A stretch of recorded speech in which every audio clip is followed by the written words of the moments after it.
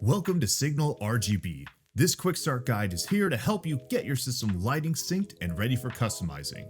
In it, we'll be installing the software, configuring all our components, customizing our lighting, and exploring different effects. Before we install SignalRGB, we need to uninstall any lighting control applications you may already have on your system. These applications will conflict with SignalRGB and prevent you from controlling components within your system. In Windows, go to Control Panel, and under Programs, you'll find the menu to uninstall applications.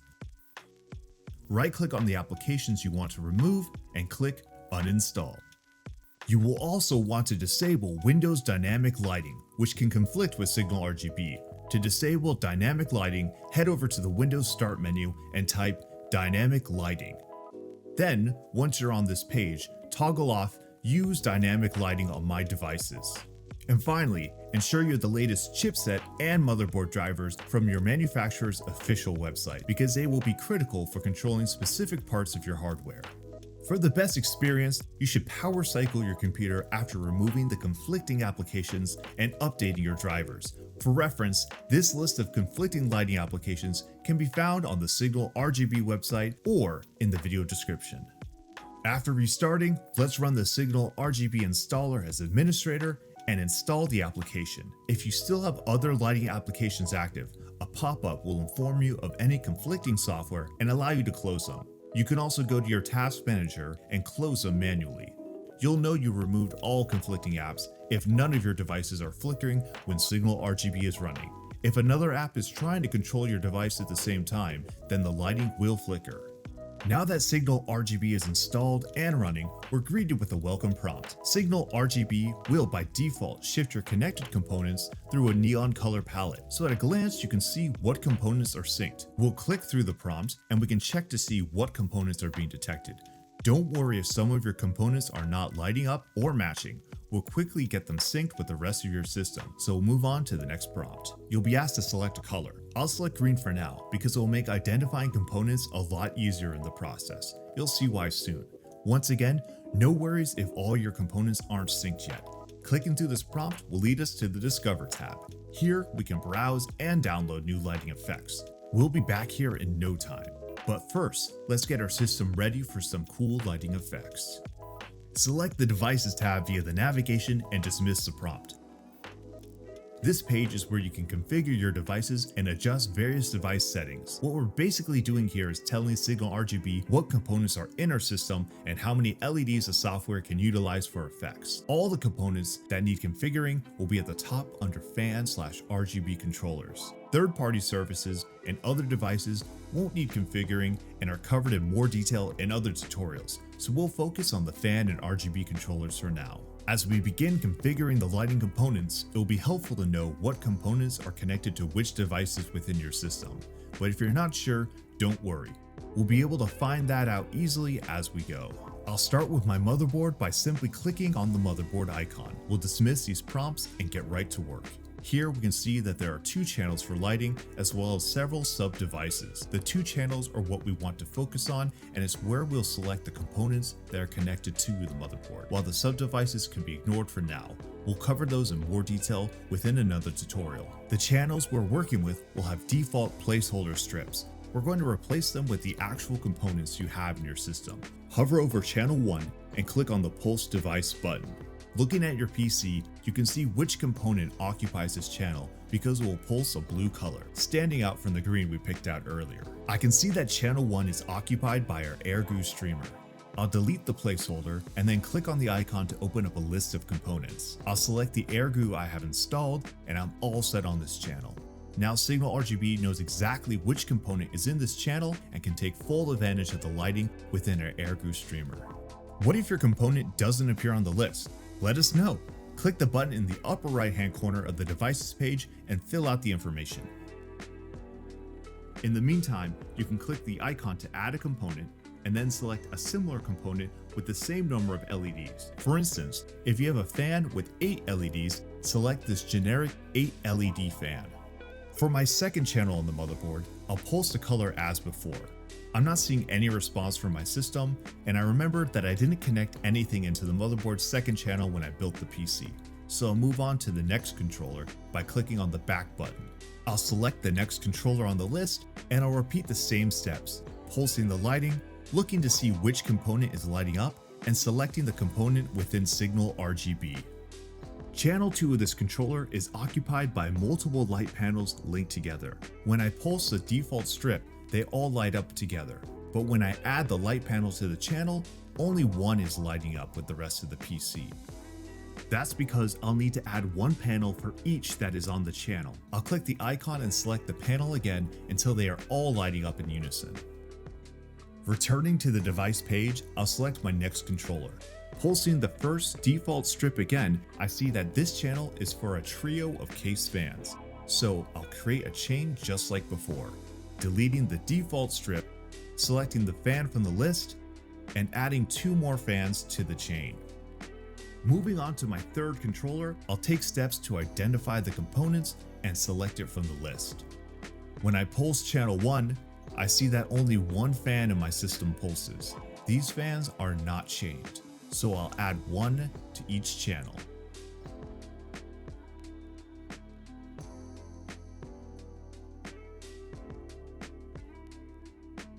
After confirming the final channel is empty, I'll return to the device page to configure my last controller. This Nolly controller has a lot of channels, but I only attached a few components when the PC was built.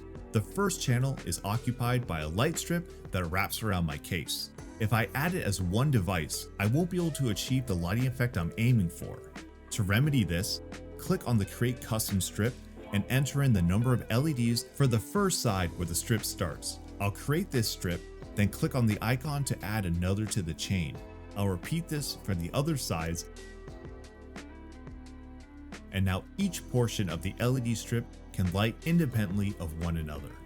Going through the other channels on my Nolly controller, I'll continue down the list, pulsing channels and deleting unused strips. Coming to channel 8, I see it's occupied by my chained case fans. As before, I'll add the fan,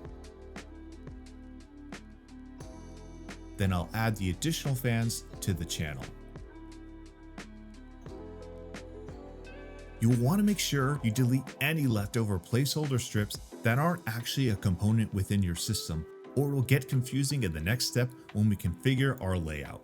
The sub-devices at the bottom of the list won't need configuring, so I can return to the main device page. Looking at our PC, all of my components are detected and lighting up in unison.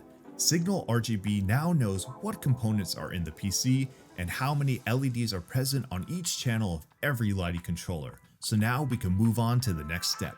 We'll head towards the lighting menu on the navigation tab. Here we can see our canvas displaying our chosen lighting effect from earlier. We have a quick pick of installed effects to choose from below and various slides and toggles on the right to customize our effects. For this tutorial, we'll match the canvas to our PC's layout so that the lighting effects move smoothly from one component to the next. With that in mind, we're going to arrange the components on the effect canvas to match where they are in the system. To make this easier, we'll select side to side from the quick picks below. I'll switch the colors to red and green, so when we pulse the components like we did before, they'll briefly pulse blue, so it'll be easy to spot them. And I'll lower the speed so I can easily follow the transition of color. Taking a look at our system, you'll see that all the components are matching the lighting effect, but each individual component is acting alone instead of a nice smooth transition across the system. Let's fix that. From the top right, we'll select the Layout tab. After dismissing the prompt, we can see a list of all our components as well as tools to position them on the canvas. These positioning tools allow you to be creative with how effects move across your system's lighting zones. Start by hiding all components with the Hide All button. As we work through our components, we'll use the individual Show and Hide buttons for our components and controllers. Changes you make to the canvas can be seen in real time, so you can see the effect your positioning has on your components immediately. I like to start by placing the AIO pump head first at the center of the canvas, so I'll look on our list of controllers for the one connected to the pump head. Click the drop-down arrow and unhide it. Now the pump appears on our canvas and can be adjusted. The larger you make a component in layouts, the more of the effect will be captured on that component. we'll need to resize the AIO pump head so that it takes up about as much space on our canvas as it does within our case. We can do this on the canvas by clicking and dragging the sides of the component or making fine-tune adjustments via the control panel below. You can move components by simply clicking and dragging them around the canvas, or use the tools below to position them precisely. I'll use the Center Selected Device button to center this component quickly. I'll repeat the same process for each controller, clicking the drop-down arrow, selecting a component, unhiding it, and making the adjustments I need to on the canvas.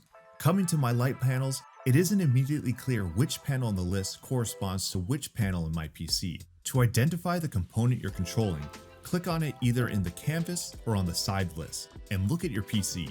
That component will pulse blue. Now I can arrange the panels in the right order. I can quickly get multiple components lined up by selecting them as a group, right-clicking, selecting Align Devices from the drop-down, and clicking on the axis I want the components to be aligned by. This way I can get all the light panels lined up perfectly.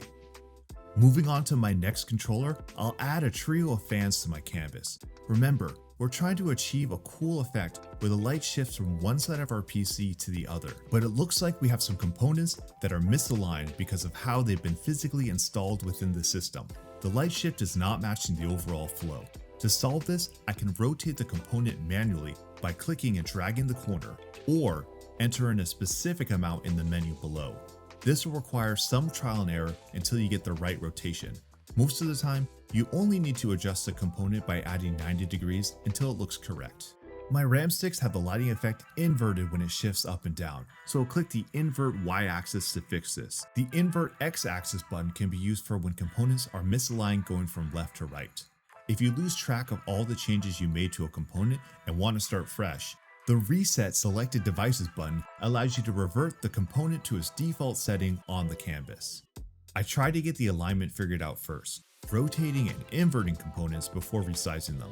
That way I don't need to resize them again if they need to be rotated. It also helps to think about the angle you'll be looking at your system from.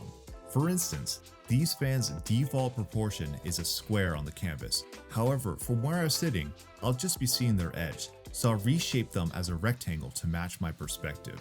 Going through the list of controllers, I'm repeating the same steps as before, unhiding individual components, aligning them to the color shift, resizing, and positioning within my PC. Now that it's complete, let's take a look at the system. We can see a smooth transition of color as it sweeps across the components. It looks like we're all set. We'll click the Save As button and give our layout a name.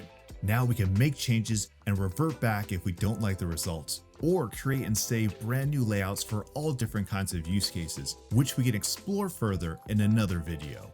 Going back to the effects page, we can try out different lighting effects and see how they look on our layout. Each effect has different controls and settings that you can adjust to your taste. You can easily save your adjustments for each effect for quick access later. To get even more lighting effects, we'll return to the Discover page, where we can search for specific themes and even sort by tags such as color and other features like sensor reactive themes that react to the temperature of parts of your system. There are even effects with in-game interactions for your favorite titles. New effects are added to the Discover page all the time, so be sure to check in regularly. The effects we download can be viewed and accessed in the library menu. Here we can browse and play the effects that we already have installed. You can curate playlists that match the time of day, or just the effects you like. SignalRGB has a lot more features not covered by this video. We didn't even get into controlling fan speeds, macros, device monitoring, and plenty of other features and settings. So check out the video description for links to those tutorials as they come out, or stay subscribed to our channel for the latest information about SignalRGB. The video description also has links to our Discord community, how to connect with tech support if you're having issues, as well as written versions of this video. I hope you enjoy using SignalRGB.